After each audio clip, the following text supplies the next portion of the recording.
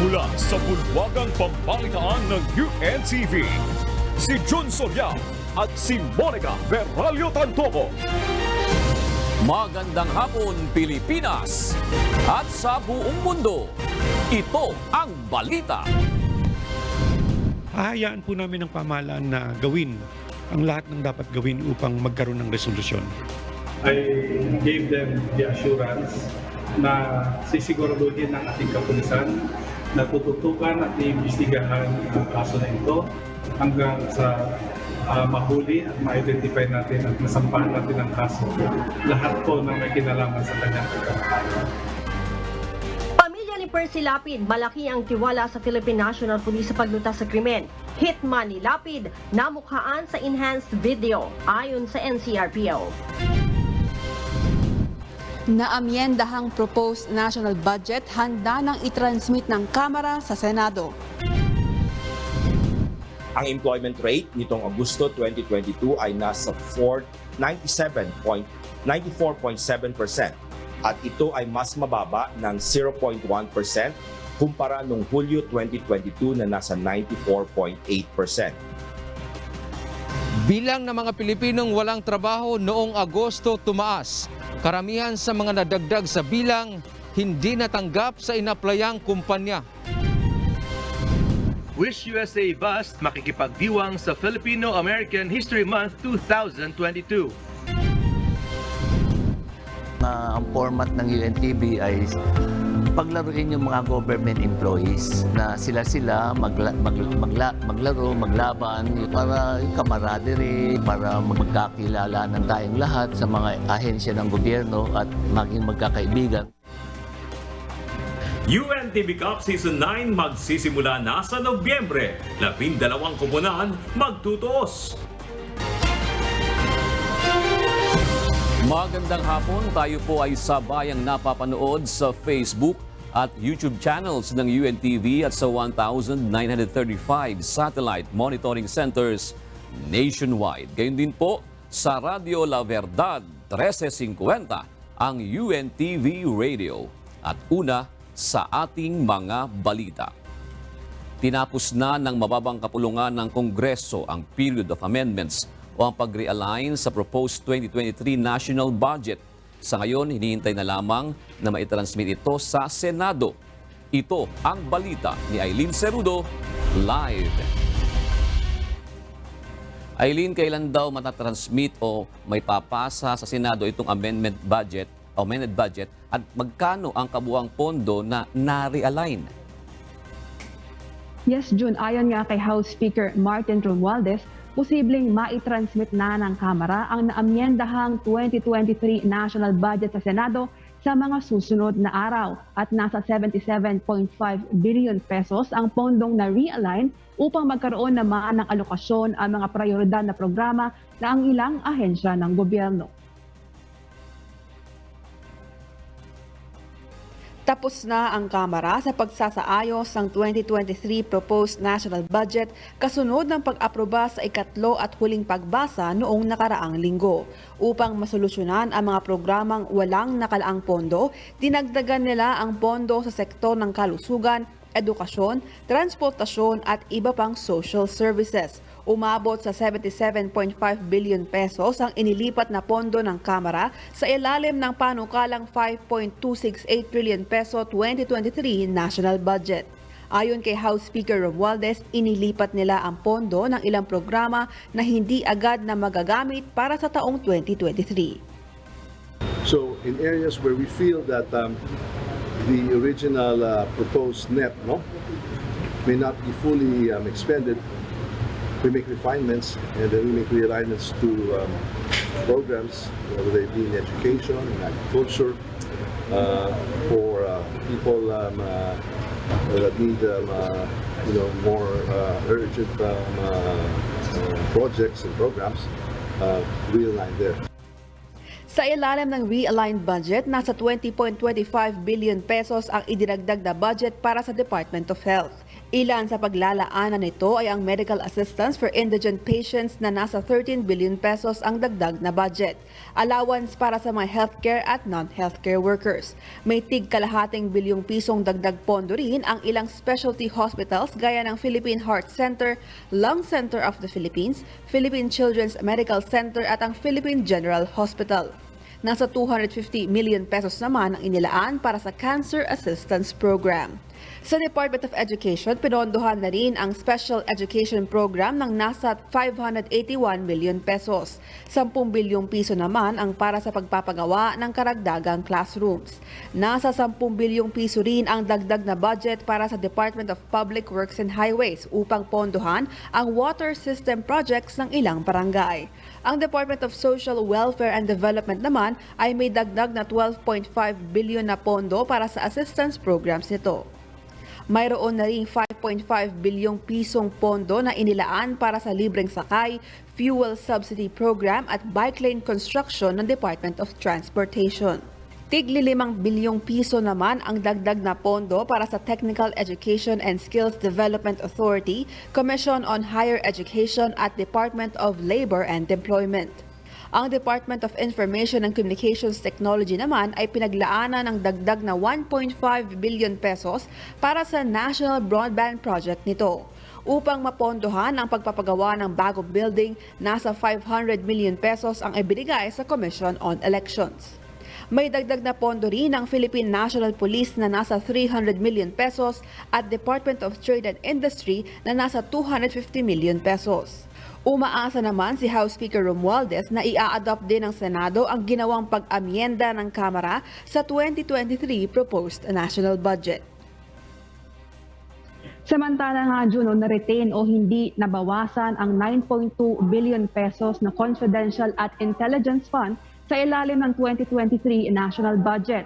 Ayon nga kay Appropriations Committee Vice Chairperson Stella Kimbo, ang bulto noong 77.5 billion na realigned budget ay nanggaling doon sa 2 railway projects ng Department of Transportation. Ngunit nung nakapanayam nga natin kanina si House Speaker Romualdez, hindi naman ito kinumpirma kung na-retain ba talaga o may nabawasan doon sa confidential at intelligence fund. Ang sagot lamang nito ay may refinement all across the board. At yan muna ang latest. Balik sa iyo, Ju. Ano na bang mga nailaang pondo para sa pagpapagawa ng mga specialty hospitals sa mga probinsya gaya ng naipangako ni Pangulong Ferdinand Marcos Jr. noong SONA?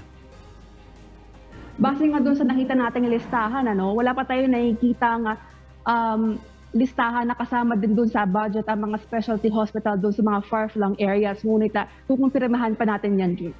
Okay, maraming salamat, Eileen Cerudo.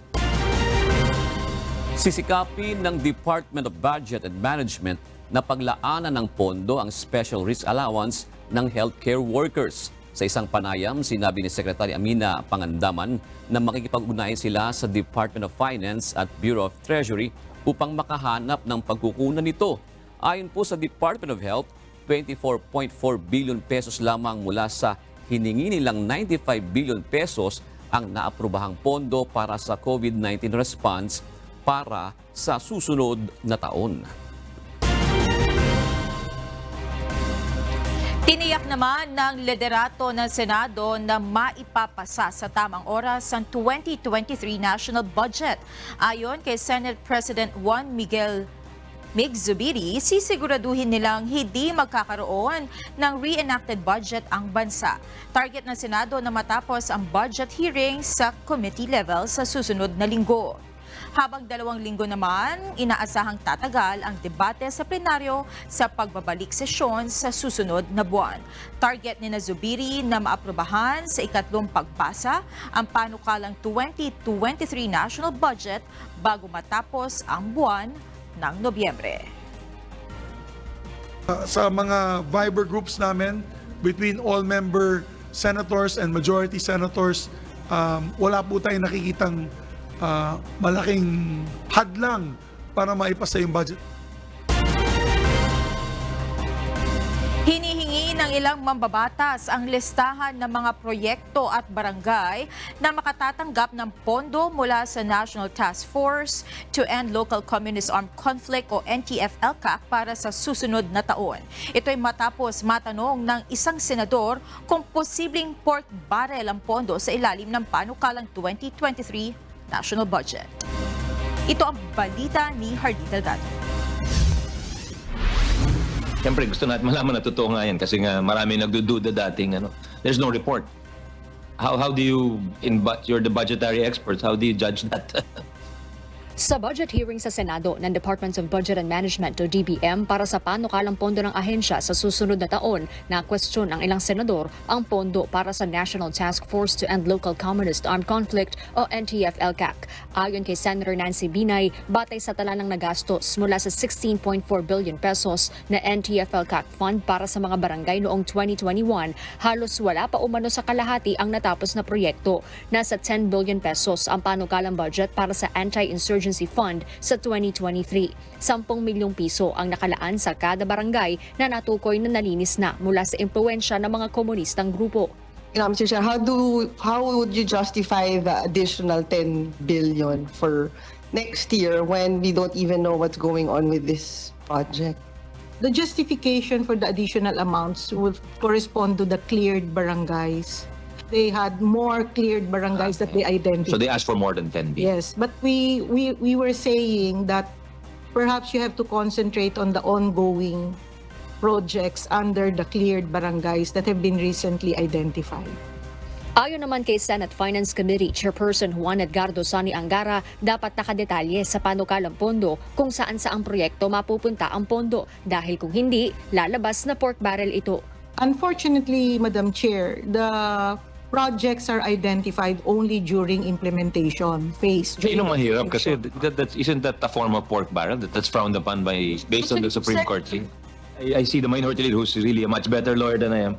He's agreeing that that's a pork barrel based on the definition of the Supreme Court because when you pass the GAA, there must be an identification of projects as much as possible. Nilinaw kalauna ng DBM na nakasaad sa Annex Section ng General Appropriations Act ang listahan ng mga barangay na makatatanggap ng pondo. Nangako ang DBM na isusumite ang mga listahan ng proyekto bago pagdebatihan ng panukalang pondo sa plenaryo sa pagbabalik sesyon sa Nobyembre. Samantala, hinimok naman ni Senate Minority Leader Aquilino Coco Pimentel ang DBM na huwag nang hintayin ng Kongreso na magpasa ng batas bago magrekomenda ng plano para sa right sizing ng gobyerno.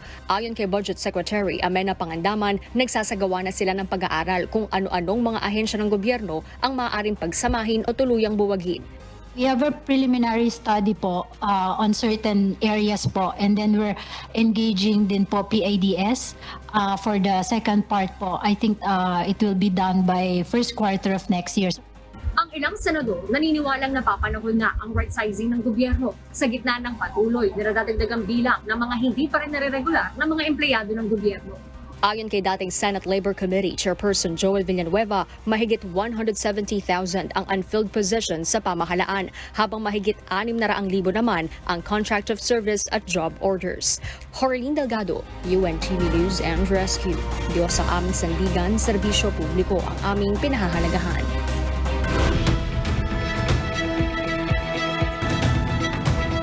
Muli na namang nagpaputok ang North Korea ng ballistic missiles.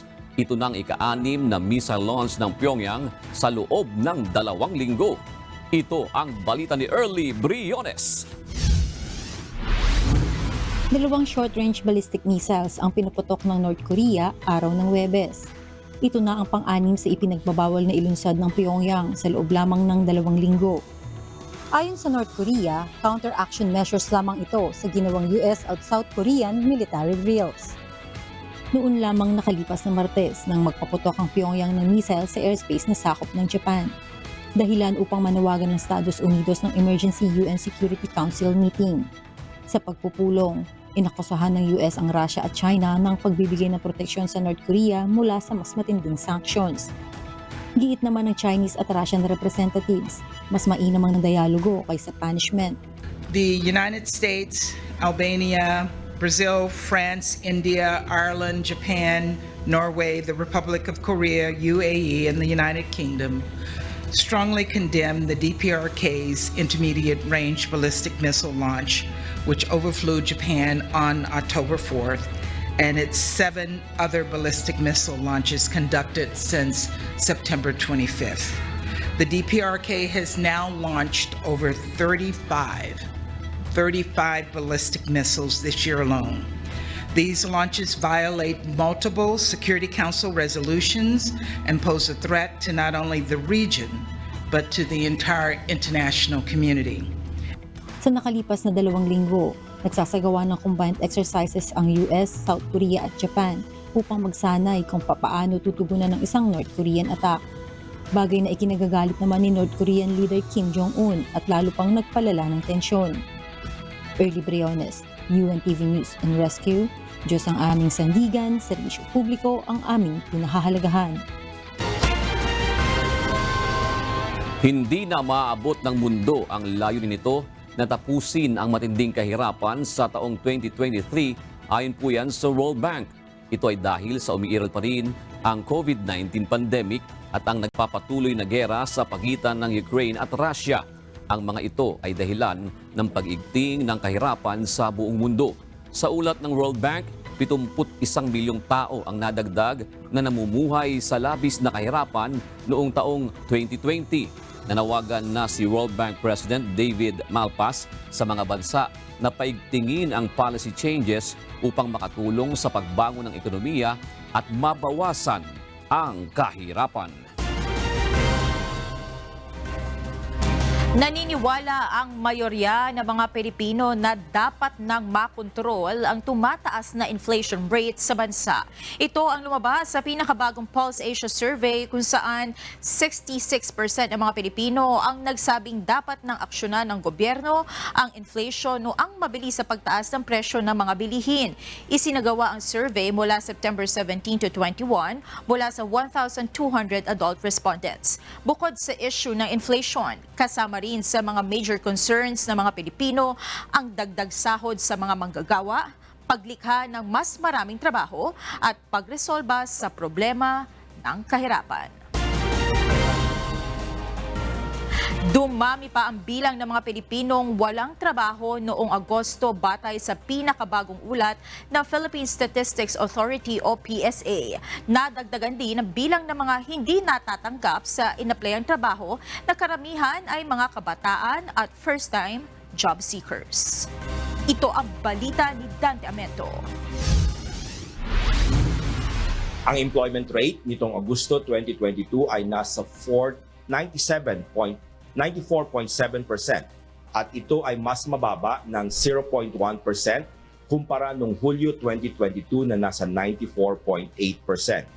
Bahagyang bumaba ang bilang ng mga nakahanap o natanggap sa trabaho nitong Agosto 2022 kaysa noong Hulyo 2022 sa resulta ng survey na inilabas ng Philippine Statistics Authority o PSA. Nasa 2.68 million na mga Pilipino ang walang trabaho sa nasabing buwan, mas mataas kumpara sa 2.6 million noong Hulyo. Ito ay katumbas ng 5.3% unemployment rate ng August 2022 at 5.2% ng July 2022. Ayon kay National Statistician at Civil Registrar General Undersecretary Dennis Mapa, karamihan sa mga hindi natanggap o nakahanap ng trabaho ay ang mga baguhan pa lamang na pumasok sa labor force at mga babae. Sila ay may edad na 15 taon hanggang 24 na taong gulang at 25 taong gulang hanggang 34 na taon.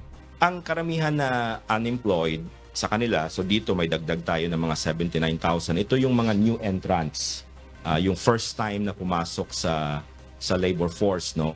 Si Angel Matias ilang beses na sinubukang mag-apply sa Business Process Outsourcing o BPO companies. Naghanap din siya ng trabaho sa fast food chain pero hindi siya natanggap dahil ang isa sa hinanap sa kanya ay work experience. Yun po yung madalas na naririnig ko na malaking leverage nga po kapag may experience na. Samantala inaasahan namang dadami ang makakahanap na ng trabaho sa huling bahagi ng taon. Pag pumasok na yung last quarter, yung bare months, no? In the past, tumataas yung ating employment kasi may mga seasonal activities, no? Yung sa retail, So may expectation if we look at yung seasonality factor, tataas yung number. Sa naunang survey ng PSA, sinabi ng ahensya na malaki ang nagawa ng pagbubukas ng ekonomiya o pag-aalis ng mahigpit na COVID-19 restrictions sa pagtaas ng bilang ng Pilipinong nagkaroon ng trabaho. Dante Amento, UNTV, News and Rescue. Diyos ang aming sandigan, serbisyo publiko ang aming pinahahalagahan. Makatatanggap ng dagdag sahod ang mga overseas Filipino worker na nagtatrabaho sa Hong Kong. Ayon sa Department of Migrant Workers, kasama sa mga makikinabang sa salary increase na ipatutupad ng Hong Kong government ang mga OFW doon. 100 Hong Kong dollars o katumbas ng 750 Philippine pesos ang matatanggap na dagdag sahod ng mga OFW. Ipinatutupad ang dagdag sahod sa mga manggagawa sa Hong Kong matapos ang 2 taong wage freeze dahil sa COVID-19 pandemic. Kinilala ni Pangulong Ferdinand Marcos Jr. ang kabayanihan ng mga magsasaka, mangingisda at iba pang nasa agricultural sector. Sa kanyang pagdalo sa pagbubukas ng Agri-Trade Show sa Pasay City, tiwala ang Pangulo na darating ang panahon na mangunguna ang Pilipinas bilang agri-resource hub. Ito ang balita ni Nel Maribuhok. With our energies and resources combined, I am confident that we will not only achieve our goal of feeding the Filipino people, but also achieve our dream of making the Philippines a leading agricultural resource hub in the region and the world. Kumpiyansa si Pangulong Ferdinand Marcos Jr. na uunlad ng sektor ng agrikultura at magiging leading agri-resource hub, hindi lamang sa riyon kundi sa buong mundo. Upang ito ay maging posible, ayon sa Pangulo ng kalihim rin ng Department of Agriculture, ang pamahalaan ay naglaan na ng tulong sa agri-sector tulad ng pagbibigay ng mga binhi, fertilizers, machinery equipment, fingerlings at livestock. Pinalawig rin anya ang irrigation program, nagtatag ng kadiwa outlets, naglagay ng food logistic hubs at agri-trading centers upang matulungan ang mga magsasaka sa kanilang mga produkto. Ayon kay Agriculture Undersecretary Christine Evangelista, mahalaga ang mga tulong na ito upang mapalakas ang kapasidad ng mga magsasaka. So ang market linkage po ay napaka-importante. At the same time po yung capacity building na mention po ng ating mahal na Presidente at DA Secretary, yung mga binibigay po ng kagawaran like yung mga sa logistics na tulong, yung mga hauling trucks, yung mga reefer vans. Yan po ay bahagi sa pagkakapacitate natin sa ating mga magsasaka to get into agribusiness. Kaugnay nito, tiniyak ni Pangulong Marcos Jr. ang suporta ng kanyang administrasyon sa agri-sector para sa ikauunlad nito. Now that we are beginning to see the shape of the new normal, I assure you that this administration is one with you in fulfilling our goals and targets for the agricultural sector. Nagtungo rin si PBBM sa Calamba City, Laguna kanina upang saksihan ang contract signing ng South Commuter Railway Project. Ang 56 kilometers railway project na ito sa pagitan ng Manila at Laguna ay layong paikliin ng biyahe mula 3 oras sa 1 oras na lamang. Ito ay kayang mag-accommodate ng 340,000 passengers kada araw. Ayon kay Pangulong Marcos, ito ang pinakamalaking Asian Development Bank infrastructure funded project sa Asia. Nel Maribuhok, UNTV News and Rescue. Diyos ang aming sandigan, serbisyo publiko ang aming pinahalagahan.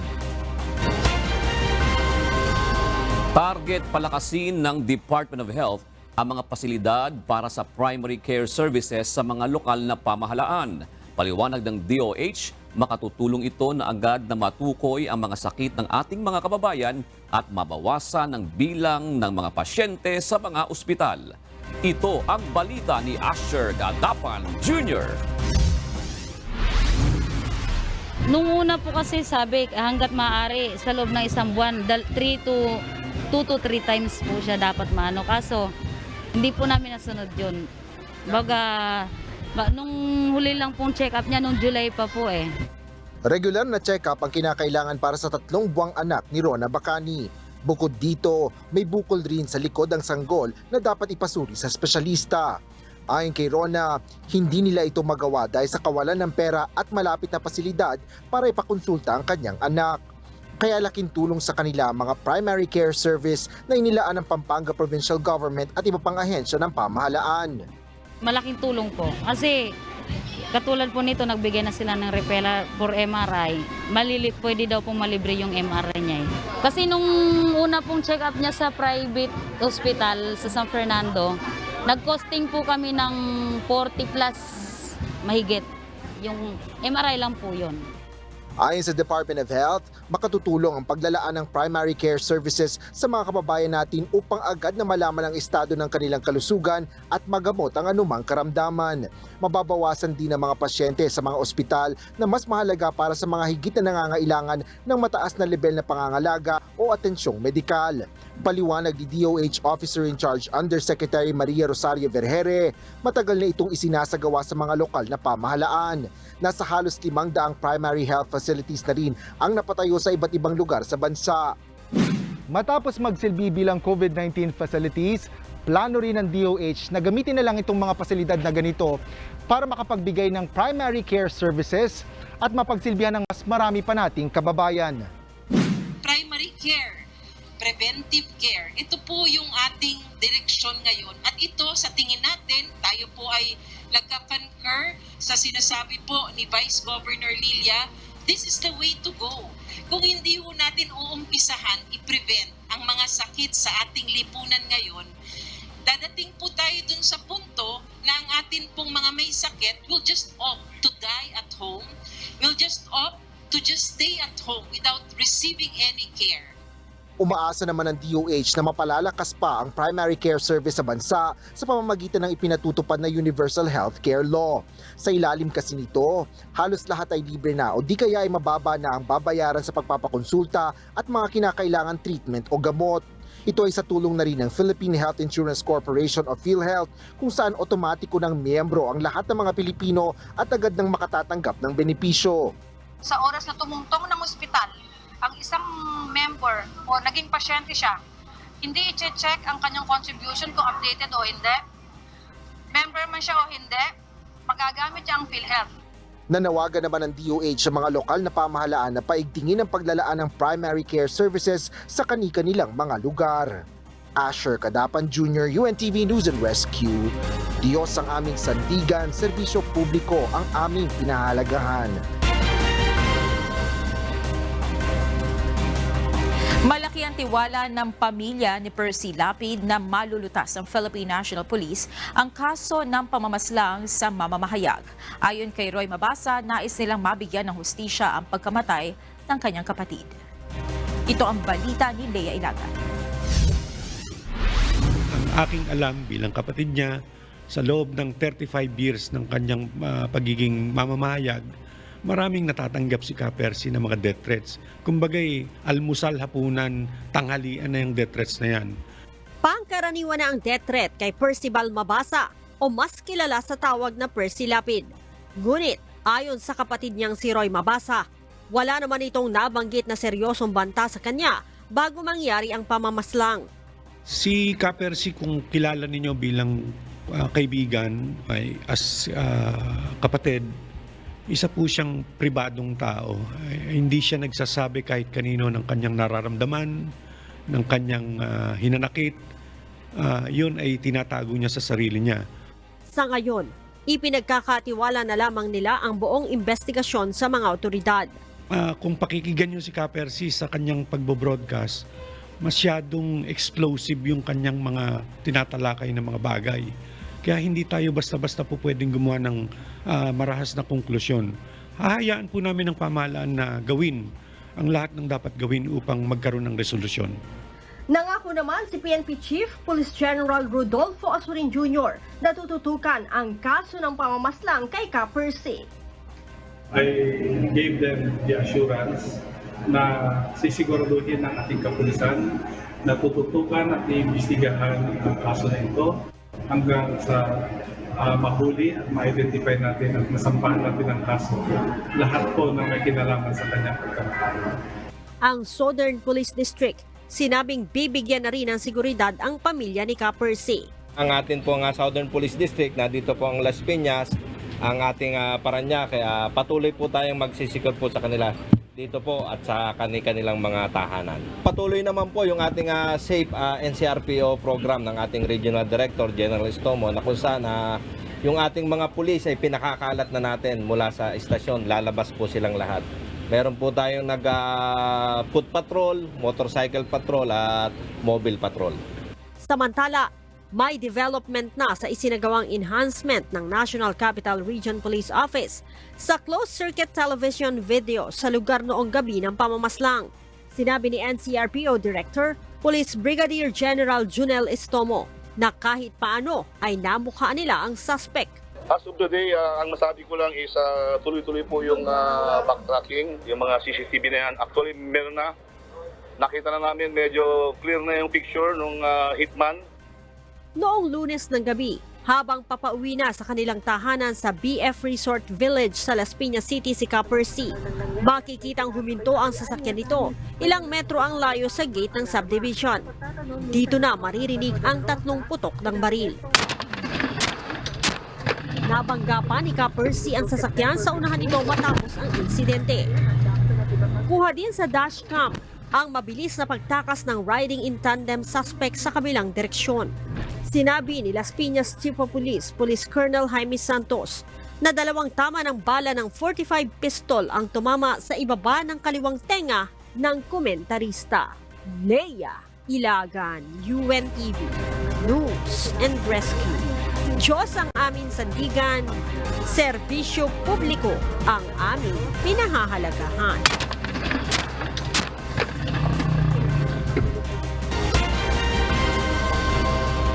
Tiniyak ni Pangulong Ferdinand Marcos Jr. ang suporta at proteksyon sa mga mamamahayag sa ilalim ng kanyang administrasyon. Ito ang ginawa ng Pangulo matapos ang pamamaslang sa mamamahayag na si Percy Lapid. Ito ang balita ni Nel Maribohok.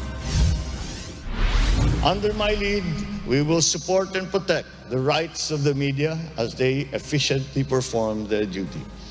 Kinikilala at pinahahalagahan ni Pangulong Ferdinand Marcos Jr. ang mahalagang papel ng mga mamamahayag sa lipunan. Sa pagdalo ng Pangulo kagabi sa pagtitipon ng Manila Overseas Press Club sa Pasay City, sinabi nito na ang ginagampan ng partisipasyon ng media sa pagbibigay ng impormasyon sa mamamayan ay nakatutulong sa pagkakaroon ng matatag na bansa.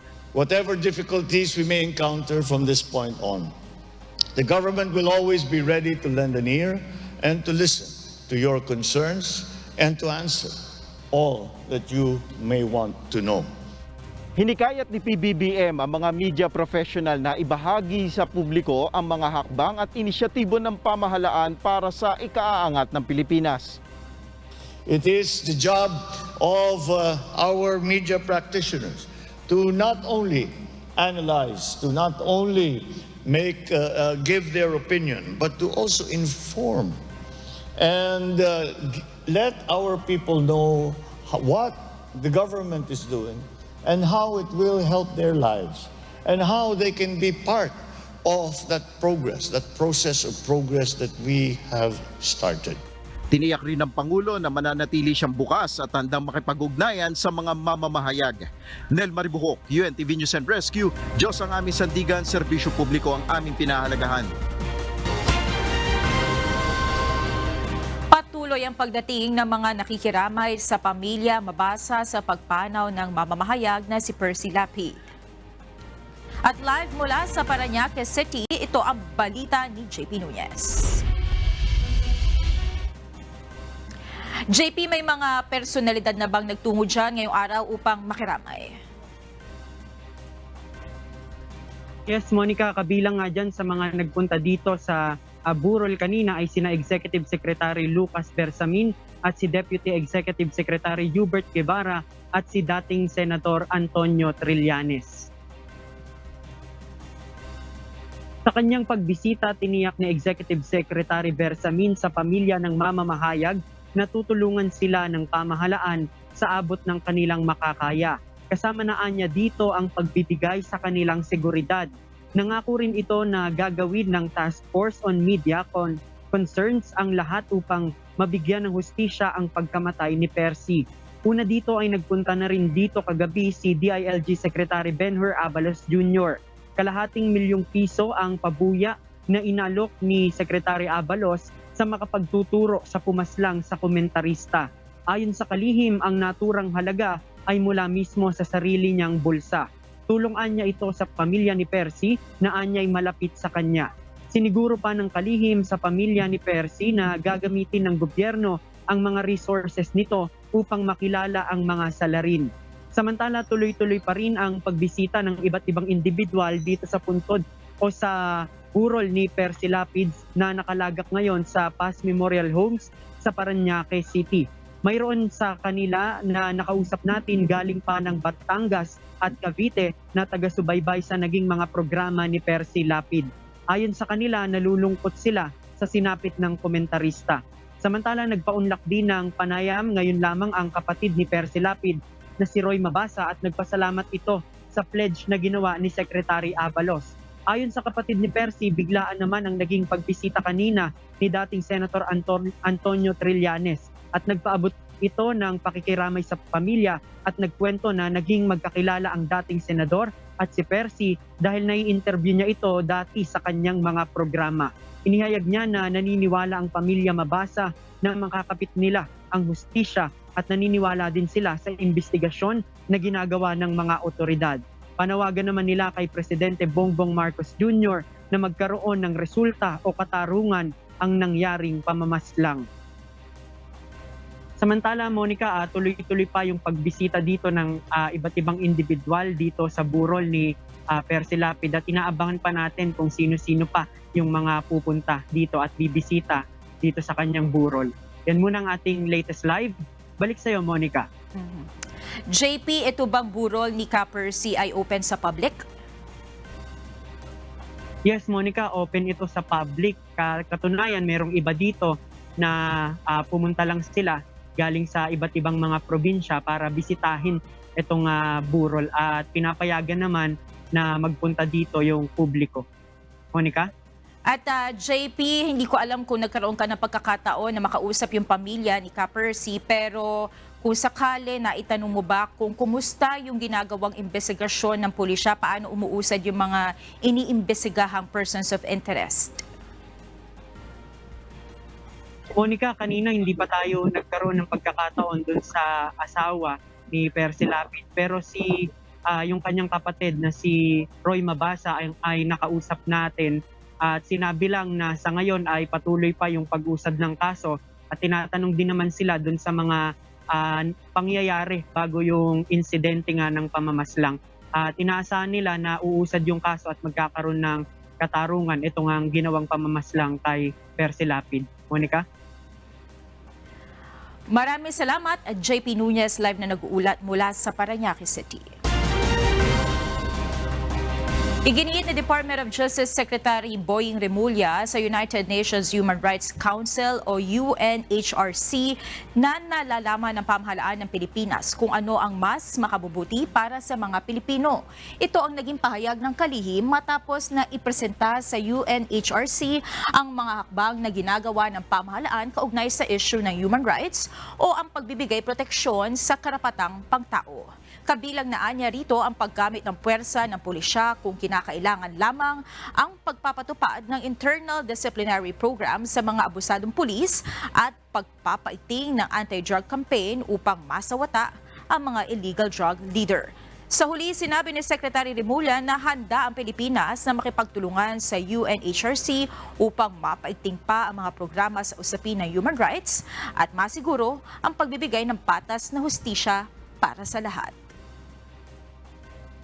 He has reminded the Philippine National Police that the use of force must always be reasonable, accountable, justifiable, and only utilized when necessary. An internal disciplinary program has been enacted to right the wrongs of erring law enforcement officials that abuse their power and the public trust. Nasa selection process pa si Pangulong Ferdinand Marcos Jr. para sa susunod na press secretary. Sinabi ng Pangulo na may mga partikular siyang kwalifikasyon na hinahanap para sa naturang posisyon. nakatakdaan niyang i-anunsyo ang mapipili niya sa susunod na linggo. No, it wouldn't be fair to them kasi yung hindi mapili, they will be, So, that's just, what's today? Today's Thursday? Yeah, well, we should, early next week, we should announce. Ano ba yung mga qualities na hinahanap niyo ng press sec? Yes, you need somebody who's very experienced is probably a journalist or is is a media practitioner. Yun naman ang kailangan, na marunong mag-messaging para yung mga gusto namin palabasin talagang lumalabas. That's what's important, that we get the information, the messaging across. Samantala, muling na-appoint bilang kalihim ng Department of Information and Communications Technology si Ivan John Uy. Si Uy ay nanumpa na kanina kay PBBM sa Malacanang. Hindi nakasama si Uy sa unang batch ng mga kalihim na na-reappoint ni Pangulong Marcos dahil kakauwi lamang nito galing sa ibang bansa.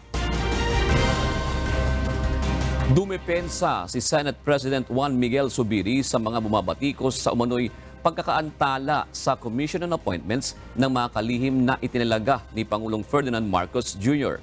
Nasa 15 appointees ang na-bypass ng CA matapos mag-session break ang Kongreso.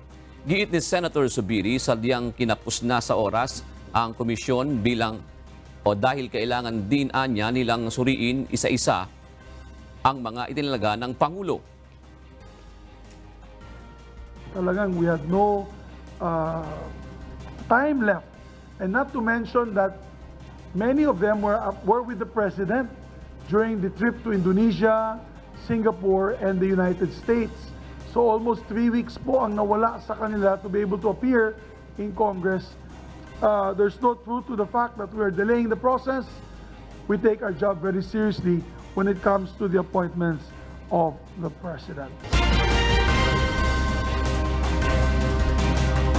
Maayos at walang naging problema ang pagdadala ng supply sa BRP Sierra Madre sa Ayungin Shoal. Sa inilabas sa pahayag ng Western Command, tagumpay na naisagawa ito kahit na mayroong presensya ng mga barko ng China sa lugar.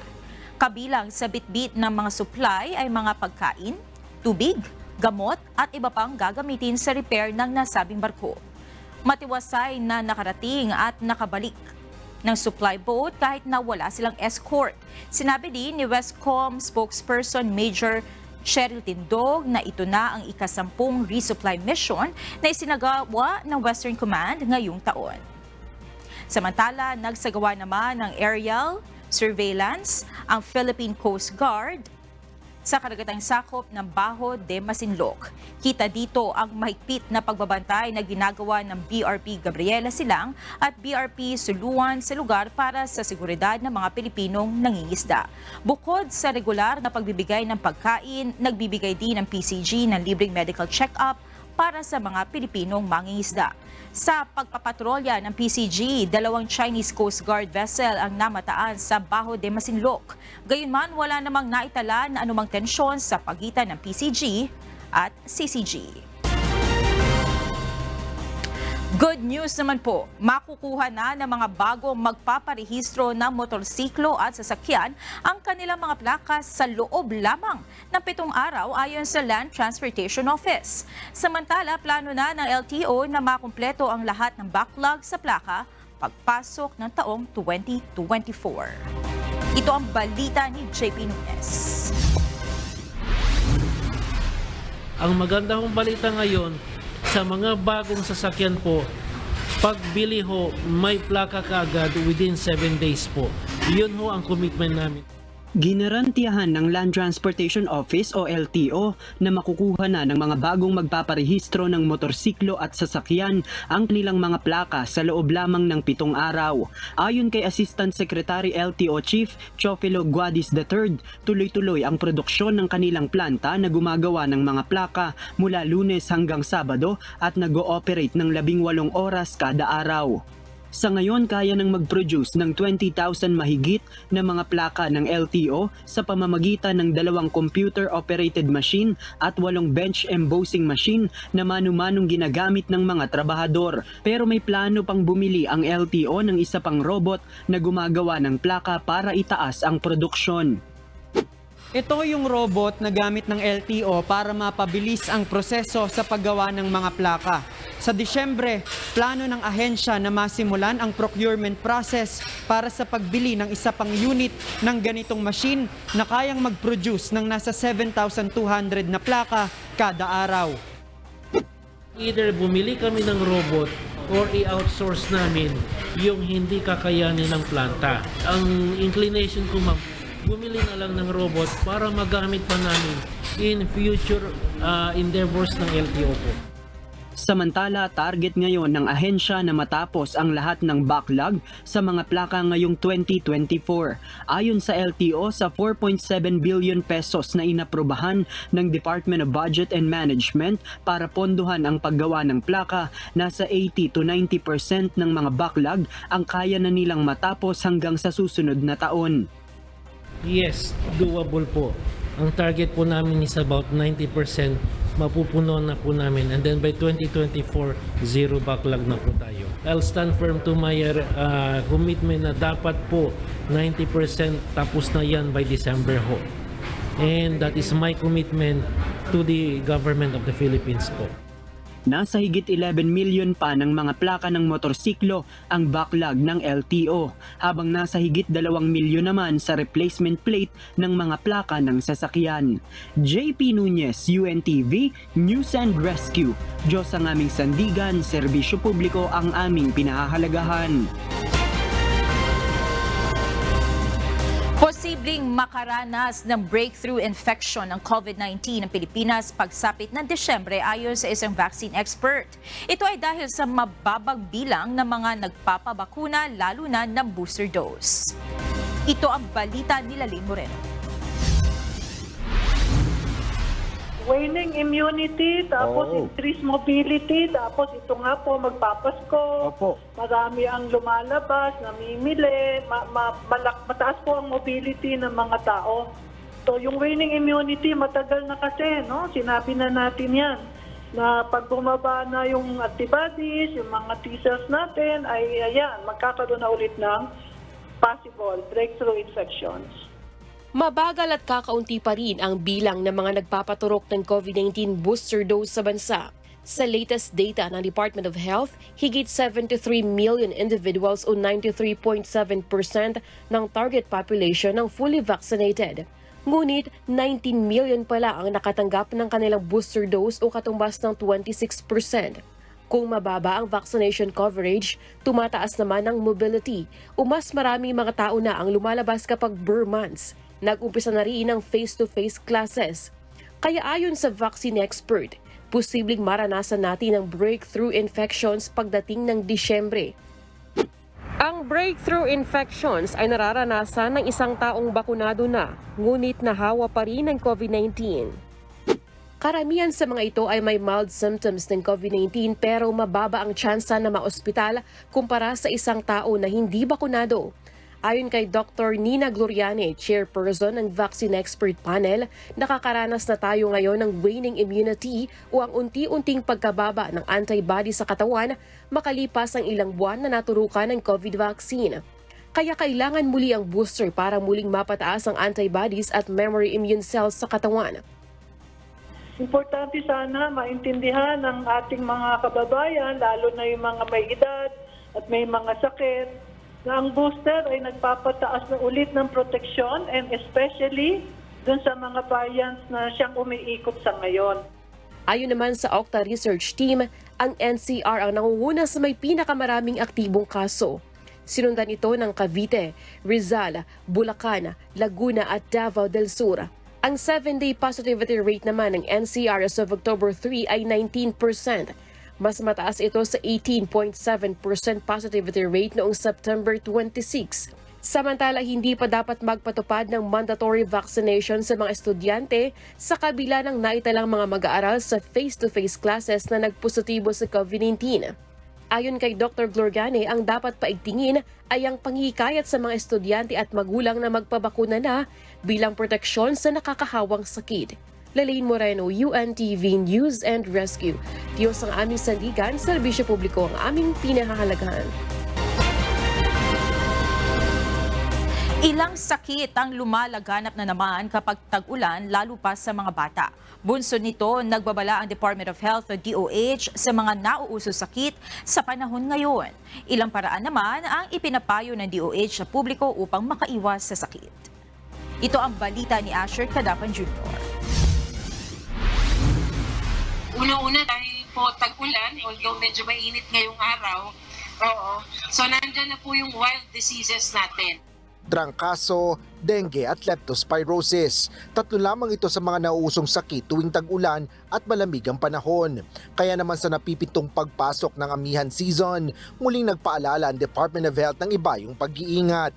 Bukod kasi sa dengue, isa pa sa sakit na maaaring makuha sa pag-iimbak ng maruming tubig ay ang gastrointestinal diseases gaya ng pagtatae at pagsusuka. Kaya payo ng health experts, tiyaking malinis ang pinanggagalingan ng iniinom na tubig. Laging i-check ang mga tubo ng tubig kung mayroong sira o tagas na maaaring pasukan ng bakterya. Mainam din na pakuluan ito kung hindi sigurado kung saan galing. Uso rin ang ubot-sipon, pulmonya at tigda sa mga bata kapag tag-ulan. Kaya't mahalaga ang pagkain ng masusustansyang pagkain tulad ng gulay at prutas at pag-inom ng maraming tubig. Makadaragdag din sa proteksyon ng pag-inom ng mga bitamina. Kami po ay nagpapaalala sa ating mga magulang. Ang ating pong panahon ngayon ay panahon ng tag-ulan. Ngunit nakakaranas din po tayo ng mga paiba-iba, katulad nito ang init ng araw. At dulot dyan, minsan ang mga bata nagkakaroon din ng sakit. Dahil sa pabago-bago ng weather, yung po may mga hika na titrigger po yan. Pangalawa po, kapag tag-ulan, ang mga tao po kailangan mag-ingat na ang tubig na iinumin ay galing lamang dun sa siguradong source at malinis para maiwasan ang pagtatae. Bukod sa mga nabanggit na sakit, hindi pa rin nawawala ang banta ng COVID-19. Kaya mahigpit na bilin ng DOH, magsuot pa rin ng face mask. Bukod kasi sa COVID-19, maigi rin itong panlaban sa iba pang virus na maaaring magdala ng sakit. Hinihimok rin ang kagawaran ng mga magulang na pabakunahan ng kanilang mga anak laban sa iba't ibang sakit upang magkaroon ng mas malakas na proteksyon sa kalusugan. Asher Cadapan Jr., UNTV News and Rescue. Diyos ang aming sandigan, serbisyo publiko ang aming pinahalagahan.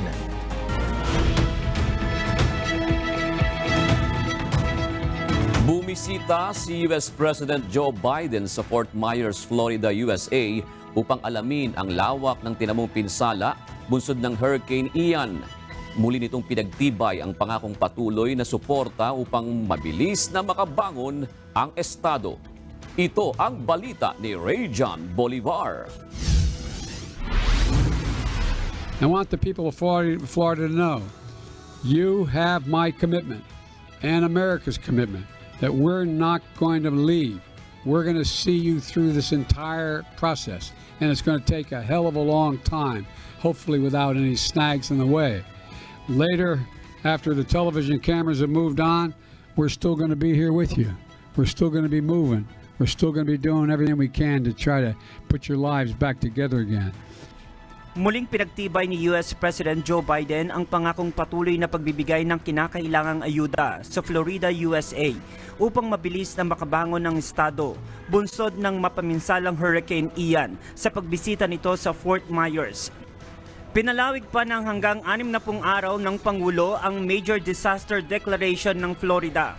Nasa 200,000 Floridians ang nakarehistro para sa dagliang ayuda, gaya ng pagkain, gamot at mga damit.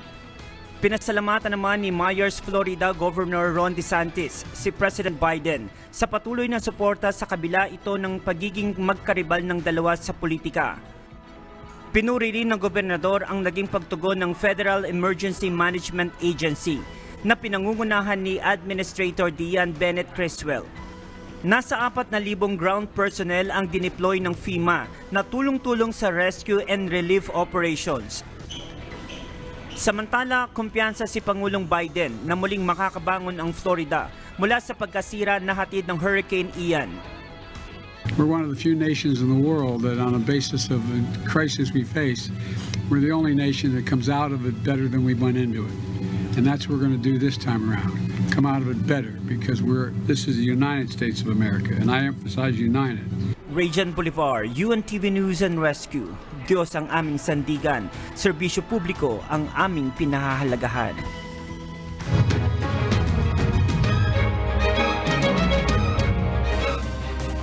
Ngayon pa lang ay pinaghahandaan na ng Baguio City ang pagdagsa ng mga turista sa lungsod. Batay sa pagtaya ng Tourism Office doon, aabot sa 400,000 mga turista ang aakyat sa City of Pines simula ngayong buwan. Ito ang balita ni Marvin Calas. Pagdating ng per month, it can reach up to 300 or even up to 400,000 in just 1 month. But that is even a conservative estimate. Pinaghahandaan na ng Baguio Tourism Council at ng mga accommodation establishments sa Baguio City ang pagdagsa ng mga turista ngayong holiday season. Ayon kay Baguio Tourism Officer Alec Mapalo, nasa 1,000 na ang mga registered tourism establishments sa lungsod. Bukod pa rito ang mga rehistradong transient homes. Nagpulong na rin ang Baguio Tourism Council, kabilang na ang mga hotel, restaurant, transient owners at iba pa upang mapag-usapan ang mga concerns kaugnay ng turismo sa lungsod. We always say the city cannot solve all the problems. Baka there might be bright ideas, especially may mga creatives tayo dyan, to recommend also solutions and how to address those issues na sila rin nakita nila. Sa mga nakalipas na buwan kung saan panahon pa ng tag-ulan, nag-a-average sa 150,000 ang mga turistang nakarehistro sa Visita app. At ngayong panahon na ng amihan, asahan na madaragdagan pa ito dahil mas masarap umakyat sa City of Pines upang maranasan ang malamig na klima.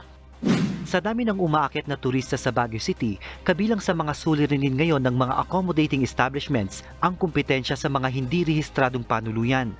Nagtataka kami, paano nagkakaroon ng ganun rate, 250, 350? Kaya minsan hirap kaming i-market. Pagka nag-book naman yung mga guests sa 250, 350, saka naman sila mag-i-inform sa group sa Facebook na na-scam pala sila. Mahirap po makipag-compete lalo na sobrang baraters po yung mga guests. Siyempre, kung paano mo naman po sila paano mo mamimit naman yung nila, expectation ng mga guests. Tiniyak naman ng lokal na pamahalaan na nakikipag-ugnayan na ito sa City Permits and Licensing Office upang muling makapagsagawa ng inspeksyon at pagbibigay ng warning o pagpapasara ng mga kolorum o illegal accommodations. Marvin Calas, UNTV News and Rescue. Diyos ang aming sandigan, serbisyo publiko ang aming pinahahalagahan. Mahigit 1,000 miyembro pa ng Kalipunan ng Damayang Mahihirap o Kadamay sa bayan ng Pandibulacan ang hindi pa rin aprobado ang aplikasyon para maging legal na ang pag-uukupa nila sa pabahay ng National Housing Authority simula pa noong 2017. Ayon sa NHA, kulang-kulang pa rin ang mga kailangang dokumento ng ibang mga aplikante. Ito ang balita ni Nestor Torres. Wala po nung nag-apply kami ng 2017 na nag-occupy kami dati ng Kadamay hanggang ngayon po nagwi-waiting kami na maging amin yung bahay. Naiinip na ang mahigit 1,000 miyembro ng Kalipunan ng Damayang Mahihirap o Kadamay sa Bulacan dahil hanggang ngayon ay hindi pa rin naya-award sa kanila ang matagal na nilang inokupang bahay sa bayan ng Pandi. Gaya na lang ni Mang Lorenzo na 5 taon nang pabalik-balik na nag-a-apply sa National Housing Authority, ngunit hindi pa rin siya inaaprubahan. Masarap po kasi yung may sariling bahay na amin talaga matatawag na amin. Sa tagal din namin nangungupahan na 10 years sa Bukawi, hanggang ngayon po, hindi naman kami pwedeng mangupahan na lang din sa hirap ng buhay na hinaharap. Ilan din po yung anak ko nag-aaral, 3. Tsaka ano lang po yung trabaho namin, tricycle driver lang din. Sinabi naman ng ilang mga Kadamay members na matagal na rin silang nakapagpasa ng kanilang requirements. Pakiusap nila, mapabilis na sana ang proseso. Kapag naapruba na sila, hindi na nila magiging problema pa ang kuryente sa pabahay. Hindi kami makabitan ng kuryente dahil wala pang galing sa NHA na indoor sa kanila na pwede na kami kabitan. Tsaka ang gusto namin, maging amin na talaga yung bahay. Magbabayad naman kami sa hinihiling nila na 312 a month. Magbabayad kami basta magkaroon lang kami ng certification na hindi na kami mapaalis dito. Lahat naman po kasi dito nagbabayad sila, puro submitter lang eh. Hindi naman po ako nakuha sa submitter noon. Dahil ayoko nga po ng submitter lang. Gusto ko po yun talaga, Meralco. Eh yun nga po, hintayin muna po namin yung agreement namin, yung ibibigay po sa amin, para po makapagkakabit na po kami ng kuwan. May ilang kadamay members na aprobado na ng NHA, ngunit hindi naman anila sa pilitan ang paniningil sa pabahay. Ito po yung katunayan na itong bahay na to ay sa akin na talaga. Kaya maraming salamat din po sa mga tumulong at taga ng NHA. Ito po, 3 buwan na po ako hindi nagbabayad. Pero hindi naman po ako nasabihan ng kung ano. Pero ina-update po nila ako na ito na po yung yung babayaran nyo. Yun po. Tsaka mismo pinupuntahan po kami. Humingi naman ng paumanhin ang National Housing Authority o NHA sa mga miyembro ng kadamay. Paliwanag ni Lilibet Altura ng NHA, kulang-kulang ang dokumento ng mga kadamay kaya sila nagtatagal. Ang mga miyembro pa lang anya ng kadamay na umukupa mula ng taong 2017 sa Padre Pio, Pandi Village, Pandi Residence 3 at Villa Elise ang maaaring mapagkalooban ng pabahay at hindi ang mga bagong aplikante.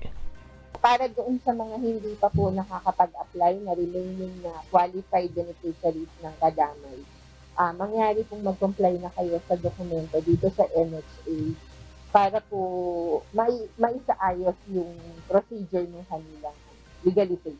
Hindi, basta po ang ina-accommodate lang namin is lagi ko pong sinasaalang-alang, yun lang pong nasa listahan.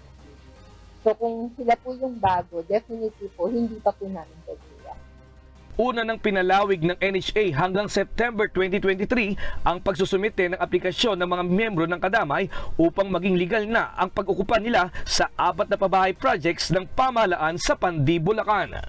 Nestor Torres, UNTV News and Rescue. Diyos ang aming sandigan, serbisyo publiko ang aming pinahahalagahan. Certified first aid responders na po ang mga opisyal at tanod ng isang barangay sa Orani, Bataan na matagumpay na nakapagtapos ng basic first aid at basic life support training ng UNTV News and Rescue. Bahagi pa rin po ito ng advokasya ng UNTV na maipalaganap sa iba't ibang bahagi ng bansa ang kaalaman sa pagtulong sa kapwa pagdating ng mga emergency at sakuna. Ito ang balita ni Leslie Widem. Motor accident po, ma'am. Hindi po namin magalaw, hindi namin ma-adapt yung first aid kung paano. Dahil lang conscious yung mga victims, kaya po nag-cause po ng kamatayan. Pangkaraniwan ang aksidente sa motorsiklo sa Barangay Tala, Orani, Bataan dahil sa mga akurbadang daan sa bulubundukin nilang lugar. Pero walang magawa ang mga barangay official at barangay police sa mga biktima dahil wala silang alam sa pagbibigay ng pangunang lunas. Doon po sa may Botarero, marami-rami na po yung nagbuwis ng buhay. Kaya mga sakay po ng single.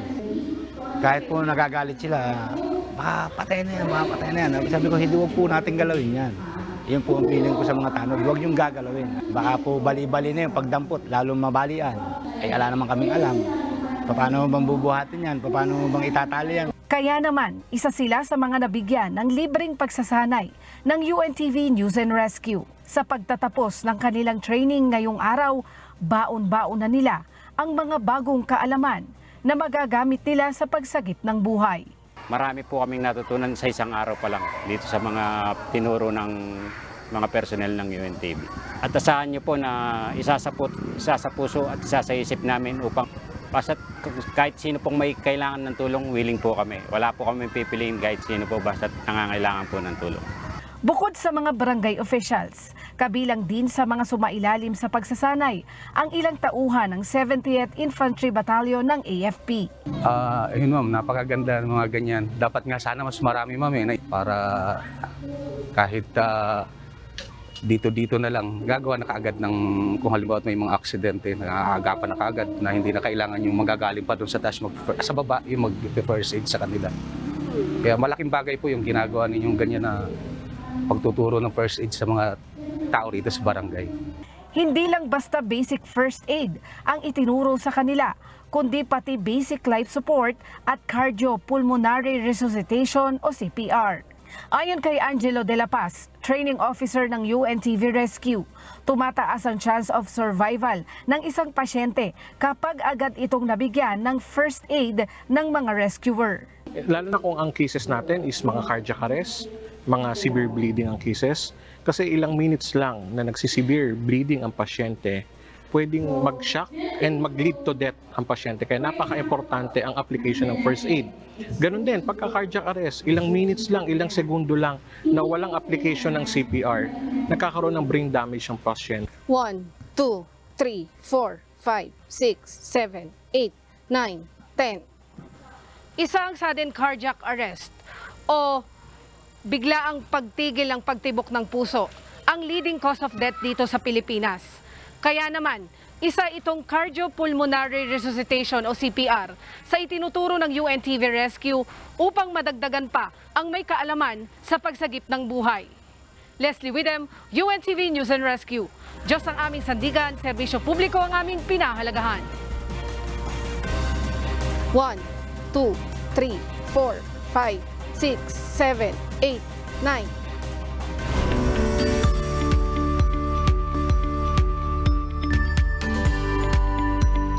Kinikilala ang kontribusyon ng Wish USA Bus sa larangan ng musika sa Los Angeles, California, USA.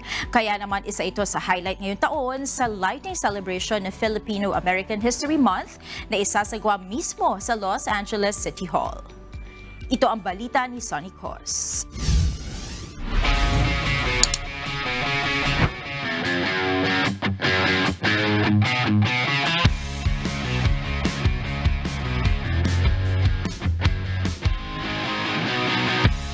Kabilang na ang kontribusyon ng Wish USA Bus sa kinikilala sa larangan ng musika hindi lamang ng Filipino community kundi ng Los Angeles government sa Estados Unidos. Ito ay halos 4 na taon na mula nang ilunsad ang iconic bus sa Universal City Walk sa Hollywood. At ngayong taon, kabahagi ang Wish USA Bus sa lighting ceremony and celebration ng Filipino-American History Month o FAM sa harap ng Los Angeles City Hall sa October 6, 2022, Thursday, 6 to 9 p.m. Los Angeles time o October 7, Friday naman 11 a.m. sa Pilipinas. Sa kauna-unahang pagkakataon, sabay-sabay na paiilawin ng mga kulay ng bandila ng Pilipinas ang mga pangunahing gusali sa Los Angeles gaya ng Union Station, 6th Street Bridge, 2nd Street Tunnel, Los Angeles Airport, the Plaza at the Hollywood Bowl, at ang main venue, ang LA City Hall. Kung saan makakasama ang Wish USA Bus bilang isa sa pangunahing atraksyon. Sa araw ng FAM lighting ceremony, mapapanood na mag-perform live sa Wish USA Bus si film singer, songwriter, and actress Ella J. Bascon ng pelikulang Birds of Prey. I'd find you in any world, and they say to just stand still. Libo-libong local at international artist ang nakapag-perform na sa Hollywood Boulevard sakay ng nag-iisang Wish USA Bus gaya ng Simple Plan, Cause we lost it all, nothing lasts forever. I'm sorry I can't be perfect.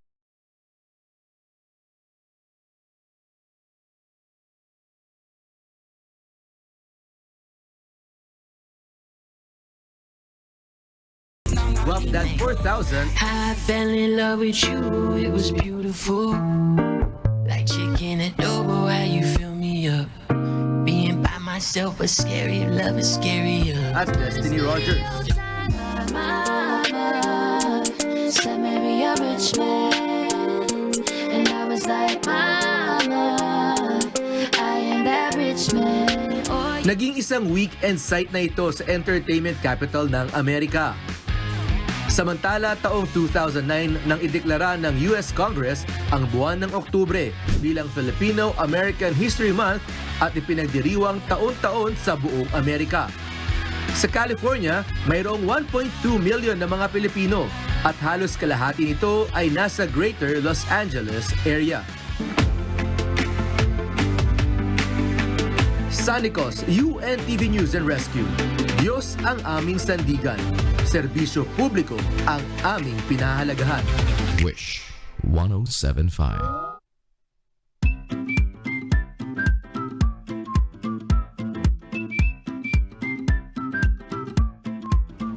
Yun, teka lang, baka makalimutan, Monica, sandali ah. Pinaalala ni Jojo eh. Ano yan? Babatiin ko lang yung barbero ko. Kasi kanina, may bago tayong viewers ngayon. Oo. Yung barbero ko, sabi niya, ikaw pala yung nakikita ko sa YouTube, sabi ganun. Hindi niya alam. Si Donald Babela. Ayun. Maraming barberya salamat niya, po sa panonood. o yung barberya niya, nasa ilalim lang ng puno ng akasya. Ganda, di ba? Ayun. May mga ganyan, 'di ba? Yung mga parang ano ba tawag, mga senior barbers talaga. Yung talagang matagal nang ginagawa 'yun. Tapos kahit medyo luma na yung shop, pero dahil matagal na nilang ginagawa, marami pa rin patrons. Ako sumusunod kung ano sabihin mo. Hindi pag nakatulog ka, iba na yung Ubus buhok na. mo. Kalbo na. Sige, ito yung mga comments ng ating mga Oserang Pune sa viewers natin sa YouTube. Si hinggil sa usapin sa unemployment, yung balita ni Dante Amento kanina, sabi ni Juliet Bagitan, pwede naman nilang turuan ang mga walang experience na gustong magtrabaho, lalo na kung interesado po. Tama nga naman, ano? I agree dyan. Alala ko yung kwento minsan na nag-apply ng trabaho, hindi matanggap. Ba't di ka natatanggap? Kasi wala daw akong experience. Sabi nung, paano ka magkaka-experience kung di ka natanggapin, di ba? Mismo, oo. At saka kung hindi naman masyadong technical yung ina-applyan, di ba? Yung pwede namang entry level lang yung trabaho. Correct. Pwede naman siguro kahit walang experience. And di ba kahit tayo naman nung nag-umpisa tayo dito sa trabahong to, sabihin natin kahit may experience tayo, ang dami pa rin natin training. Correct. At saka maganda rin sa talagang, ang tinitingnan din natin yung minsan hindi lang basta experience, hindi lang basta skills eh. Titingnan mo rin kung sumusunod ba to. Totoo, attitude. Totoo Pagka hindi sumusunod, kahit na skilled ka, magkakaproblema yung employer. Diba? Attitude. Dapat yung pagsunod pa rin, di ba? Oo, malaking bagay. Yung 50-50 yan, dapat. Meron ba mga pasaway? Tatama yung Parang pro may director natin tinatamaan. Hindi, labangin ko lang naman si Jojo. Sumusunod niya si Jojo. Kahit magaling Mabait yan yan si Jojo. Oo. Magaling na sumunod ngayon yan. Yan. Ito naman, magbabalik. May magbabalik correct. Ang pagbabalik po ng UNTV Cup at yan ng kinomenta nitong si, ulit pangalan niya? Dantley Santos. Nagbabalik na ang the one and only charity league, UNTV Cup. Iba talaga UNTV, basta public service, laging humahataw. More power po. Salamat. November, loobin ng Panginoon. May mga bagong teams kaya tayong abangan. Hindi ko alam. Pero 12, di ba? Wala 12 ba? teams lahat, 12 teams. Maglalaro na naman sila Senator Angara. Naglalaro ba sila dati? Yes, mga yan. Sa Senate? Senator Jovel, maliksi pa rin. Si Senator Bongo, 3-point shooter yun. Naalala ko siya. Oo. Dati nasa Malacanang siya, di ba? Ngayon, kung senador na siya, malamang lalaro na yan sa Senate. May mga bagong Senate Defenders, tama ba yan? Senate Defenders? May mga bagong senador Si Senator kaya? Manny Pacquiao dati, di ba, naglaro din sa pero hindi na siya senador ngayon eh. Ha? Maglalaro pa rin doon? Ano ba? Hindi na. Baka Pero guess. may mga bagong senador kasi tayo na malay mo, di ba? Malay Makita natin na mag-dribble din ng ball. Yung- Sino bang champion dati before the Nakalimutan ko na. pandemic? Sila ba nag-champion? DNR, DNR. Oo, magagaling din yan. Yung NHA, yung dalawang yung magkapatid. Diba? Yun na malalakas. Magagaling din yan. Sina? Si Tibay Brothers. So yun, matitibay din yun. Magagaling yun. Diba? Tingnan natin kung makikita ulit natin sila this year and abangan natin yung mga bagong mukha na maglalaro sa UNTV Cup. Salamat po sa lahat na nag-comment. Yan po ang ating mga Usiserong Pinoy.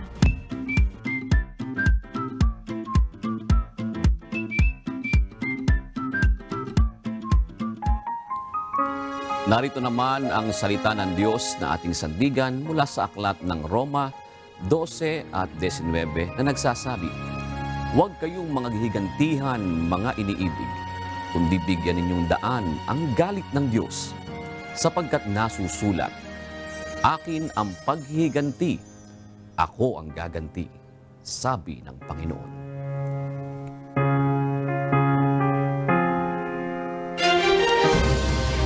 At yan ang naging kabuuan ng ating balitaan ngayong gabi. Aming inilahad ng buong katapatan kung paano namin nasaksihan. Kayo'y makapagtitiwala ng aming nakita at narinig ang aming ibinabalita. At dito po sa UNTV, Diyos ang aming sandigan, serbisyo publiko ang aming pinahahalagahan. Magandang gabi po.